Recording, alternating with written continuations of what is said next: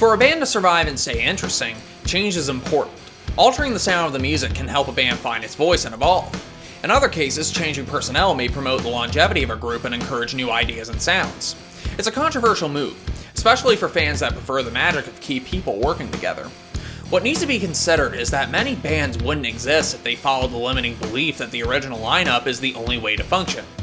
The original lineup, or a specific lineup, might be the one that fans prefer from a band, but when our lineup changes, a good thing. Picture a four-piece band where two members are the main songwriters. Creatively, it can be a lot of work, but if all four members, or even just a third one, were to help out, imagine the rate they could churn out some tunes. If either of the remaining two weren't up to snuff or like-minded in the songwriting department, it would only make sense to bring in people who could be. Assuming that's what you want in your band. Some bands work best when it's only one writer. Death was a band that was always experimental and fresh because their lineup changed every single album. Not only did the musical skill get better with each album, every album sounded different because of the different influences from the different members. You can have the straightforward meat and potatoes sound of Leprosy, or the jazzy technicality of Human. What would happen if one of the main songwriters were no longer in the band? Obviously, the sound would be altered, with quality being the only question. Continuing becomes a tough call when a member dies, especially when you have someone like Dave Brockie, who was a primary force in Gwar and made Gwar, Gwar. The Doors made 3 albums after Jim Morrison died. While Ray, John, and Robbie all did their best, it was clear that most of the magic was gone without Jim's involvement. Typo Negative did the right thing when Peter Steele died. They disbanded. While everyone contributed a little, those songs were Pete's. His presence was a huge part of their sound. The voice, the bass tone, even the subtle humor between the lines of the lyrics. Sometimes there's just no way to accept the absence of someone that hugely involved. It can also be hard to tell whether it's the lineup changes that affect the music or if it's time moving along. Skinny Puppy's Dwayne Gottell died while they were making the process. The thing with Skinny Puppy, though, is that each album was different anyway, before and after his death. Obviously, the band was never the same again, but in a different way than usual. Their comeback album, The Greater Wrong of the Right, had similar synth and programming work as always, with Ogre and Kevin Key still in the band.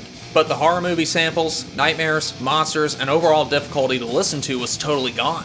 In place was a subtler and quietly haunting Skinny Puppy. Industrial as it was in the 1990s was long over. By the 2000s, it became more sanitized. But the absence or switch of a member could also be a good opportunity to reinvent the sound if it's not too defined. Randy Rhoads is sorely missed in the world of music. However, if Ozzy Osbourne were to stop performing in a solo band after Randy's passing, we wouldn't have the luxury of hearing the gnarly talent of Jake E. Lee. While we're talking about Jake, you could say that Badlands got a great makeover after the first album. Eric Singer played on the first album, and then he was replaced by Jeff Martin for Voodoo Highway. They became a more spontaneous and looser band. Instead of the drums being a scold 1-2-3-4 beat, everything was wilder and less predictable. Many people prefer this Badlands album for this reason. Think, if bands completely followed the mentality that the only lineup that should exist is their iconic lineup, think of the good albums you'd be missing. If ACDC quit after Bon Scott died, we wouldn't have been graced with Back in Black, one of the world's biggest selling rock albums. It doesn't matter if you prefer Bon Scott or Brian Johnson, each era appeals to people for different reasons, and AC/DC remained a force of nature. On that note, Napalm Death has operated without any original members for a long time. The thing with Napalm is that their albums stay heavy and true to their vision. I guess you could also consider that Shane Embury was a member when the grindcore scene was beginning to explode, and he's been a big part of that band. Even if you didn't appreciate a new member when it happened, opinions can change. The Michael Graves era of the Misfits is a fine example. The Graves output got a lot of disgusted looks from people who swore that Danzig made the Misfits. But the Graves era has its own fans. You can look at it as two different bands.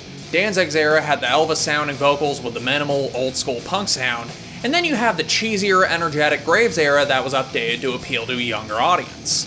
After a while, Misfits fans started embracing both eras little by little. It beats living in the past. Keep in mind that only the huge fans of these bands are the ones who care about lineups. The average person doesn't care, and why should they?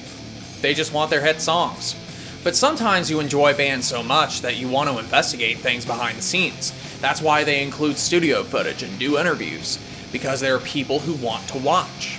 You might miss Ozzy Osbourne when listening to Black Sabbath's Heaven and Hell, but take the time and think that Dio has his own strengths. It's a question of musicianship, and it's also a question of whether you'll hear better songs or not. So be open and grind on.